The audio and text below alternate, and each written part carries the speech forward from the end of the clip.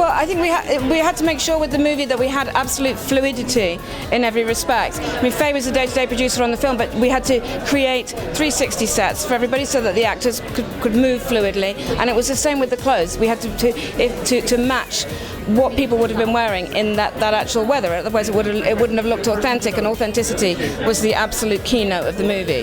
There was meticulous studies of what women at the time looked like. They went through footage, they went through some filming, they've actually got some of the clothes that belong to suffragettes, so the attention to detail in terms of the clothes is very, very significant. On even the medals, so the medals were very important to the suffragettes.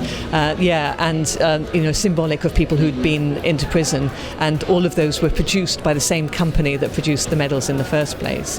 How much do you think that your actual costume affected your actual powerful performance in your role? The costume, I think costumes are always a huge part of any actor's experience of a role, and I think particularly on this, Jane Petrie, our costume designer, wanted to work with a lot of original costumes, and I think the sort of history behind those clothes really helped. And I think always an actor's shoes really help, and I had these very, very uncomfortable kind of cardboard, clunky old man's shoes that made me walk slightly weird. There were lots of different things that helped.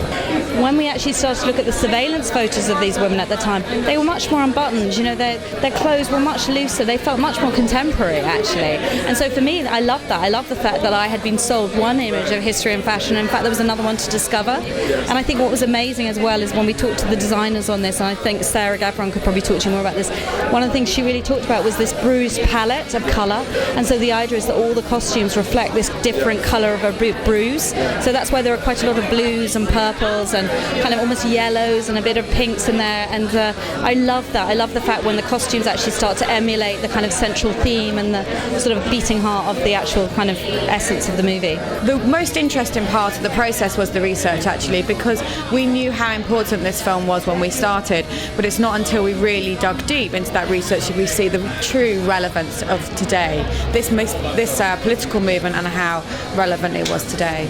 What was great about the suffragettes was often in a lot of photos they looked very modern, and also they were hiding stones and toffee hammers under their... It's always tough, yeah.